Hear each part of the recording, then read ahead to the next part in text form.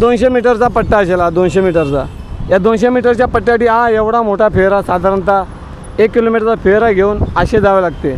आणि इथे प्रचंड वाहतूक होते संध्याकाळी. का जे वाहतूक कोंडी का होते त्याचं कारण सांगतो. आज मार्ग इथे सुमेध लॉजिस्टिक आहे. इथून 1 किलोमीटर अंतर, 1 ते 1.5 किलोमीटर अंतर शांग्रीला रिसॉर्ट्स. आणि 1-1.5 किलोमीटर अंतरासाठी ट्रॉफिकमध्ये अडकल्यामुळे, वाहतूक कोंडीत अडकल्यामुळे 1 तास लागतो. तर तो का लागतो? कारण इथे ही वडपेची टेकडी आणि हा पूल जिचे काम सुरू आहे, हा पूल लवकरात लवकर सुरू व्हावा. कारण हा पूल जोपर्यंत लवकर सुरू होत नाही तोपर्यंत वाहतूक कोंडीतनं मुक्तता होत नाही. समृद्धी महामार्ग सुरुवात इथून साधारणतः 3 किलोमीटर पुढे होते अंतरावर. तर इथे जे हा तात्पुरत्या स्वरूपात रस्ता दिलेला आहे आपल्याला समृद्धी महामार्गाच्या वळणासाठी. असो, विषय असा आहे की कालची ट्रॉफिक. खास आपल्यासाठी आपले मराठी व्हिडिओ आवडल्यास लाईक करावे, चॅनल पहिल्यांदा आलं असल्यास सबस्क्राईब करावे.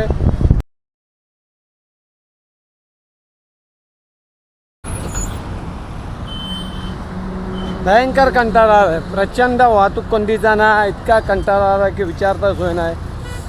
मी रोज अपडेट देत असतो या रस्त्याचे. मुंबई नाशिक महामार्गावरील वडपेची टेकडी, वडपे फ्लायओव्हर, दिल्ली मुंबई एक्सप्रेसवे, समृद्धी महामार्ग.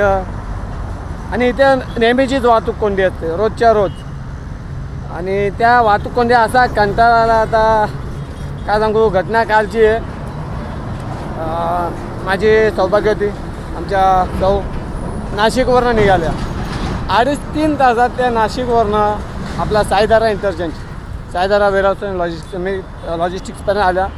परंतु तिथून शांग्रीला रिसॉर्टपर्यंत यायला साधारणतः 1 किलोमीटर 1.5 किलोमीटरचं अंतर आहे. 1 तास गेला, 1 तास. विचार करा, म्हणजे फायदा काय? जर तुमचा 4 तासाचा 3 तासाचा प्रवासाला तुमच्या 2.5 तास एका ठिकाणी जात असतील, पावणे 3 तास जरी जातील, तर 15 मिनिटाच्या रस्त्यात तुम्ही एकाच ठिकाणी 1 तास ट्रॉफिकमध्ये अडकायचाल तर मतलब काय? असो, तेच ट्रॉफिक मी तुम्हाला दाखवायला कुठे लागते ती. सध्या मी उभा आहे ते मुंबई नाशिक महामार्गावर वडपेची टेकडी. हे पाहू शकता, ही टेकडी वडपेची. आणि या ज्या गाड्या येतात या नाशिक मार्गे आलेल्या गाड्या आहेत, काही समृद्धी मार्गाने आलेल्या गाड्या आहेत. आणि इथे जे ते काम चालू आहे वडपे टेकडीच्या पुलाचे. आणि साधारणतः हे ज्या गाड्या जातात या नाशिकसाठी जाणाऱ्या गाड्या आहेत. आणि काल संध्याकाळची गोष्ट आहे. हा ब्रिज जिथे संपतो ते काम केव्हा पूर्ण होईल देव जाणो. त्यामुळे ट्रॉफिक लागते. आणि इथून जे आहे ना ते एक तात्पुरत्या स्वरूपात जे वळण दिले, साधारण वर्ष झाले आता. समृद्धी महामार्गाला येत्या 5 जूनला वर्ष होईल. तर समृद्धी महामार्ग सुरू करायची घाई असल्या कारणाने काही ठिकाणी अर्धवट कामे ठेवून तो समृद्धी महामार्ग सुरू करण्यात आलेला. त्यामुळे इथून जे वळण आहे, जे वडपेची टेकडी याच्या बाजूला जे वळण आहे, हा दिल्ली मुंबई एक्सप्रेस आहे, तिथून वळण दिलं होतं समृद्धी महामार्गाला जायला. समृद्धी महामार्ग आहे जो त्याचा मेन इंटरचेंज आहे तो पुढे साईधारा या ठिकाणी आहे. आणि समृद्धी महामार्ग सुरुवात इथून साधारणतः 3 किलोमीटर पुढे होते अंतरावर. तर इथे जे हा तात्पुरत्या स्वरूपात रस्ता दिलेला आहे आपल्याला समृद्धी महामार्गाच्या वळणासाठी. असो, विषय असा आहे की कालची ट्रॉफिक, इतकी भयंकर ट्रॉफिक काल, म्हणजे रोजच्या रोज ट्रॉफिक. मी तुम्हाला याच्या अगोदर व्हिडिओ देखील अपलोड करून दिलेले आहेत बरेचसे, कसं काय ते. तर हा जो मार्ग आहे ना हा नाशिकहून आलेला आहे. आणि मी तुम्हाला आता पुढे दाखवतो काय ते. ही वडपेची टेकडी आणि हा पूल जिचे काम सुरू आहे, हा पूल लवकरात लवकर सुरू व्हावा. कारण हा पूल जोपर्यंत लवकर सुरू होत नाही तोपर्यंत वाहतूक कोंडीतनं मुक्तता होत नाही. हा दिल्ली मुंबई एक्सप्रेसवे, विरार, अकलोली, गुजरात, दिल्ली मार्ग येणारा मार्ग. आणि हा जो आपला नाशिक मार्ग. आणि जसे की मी इथून बोललो गाड्या, इथे आपला पुढे आमने इंटरचेंज ज्या ठिकाणून गाड्या येतात समृद्धी महामार्गावर, इथे कुक्षे इंटरचेंज आहे. हां, इथून जेव्हा गाड्या येतील गुजरातून वगैरे तेव्हा त्यांना ठाण्याला किंवा मुंबईला जायला इथे पुढे जे कुक्षे इंटरचेंज आहे साधारणतः 500 मीटर अंतरावर, तिथनं वळण घेऊन साधारण इंटरचेंज इथून या ठिकाणी यावं लागेल. जसे की मी बोललो, आता वाहतूक कोंडीची झाली आहे. त्यामुळे जे वाहतूक कोंडी का होते त्याचं कारण सांगतो. आज मार्ग इथे सुमेध लॉजिस्टिक आहे. इथून 1 किलोमीटर अंतर, 1 ते 1.5 किलोमीटर अंतर शांग्रीला रिसॉर्ट्स. आणि 1-1.5 किलोमीटर अंतरासाठी ट्रॉफिकमध्ये अडकल्यामुळे, वाहतूक कोंडीत अडकल्यामुळे 1 तास लागतो. तर तो का लागतो? कारण इथनं जे वळण आहे ना, हा 1 किलोमीटरचा जो टप्पा आहे हा आपल्याला सलग नाही जात आहेत. आपल्याला इथून वळण घ्यावे लागते.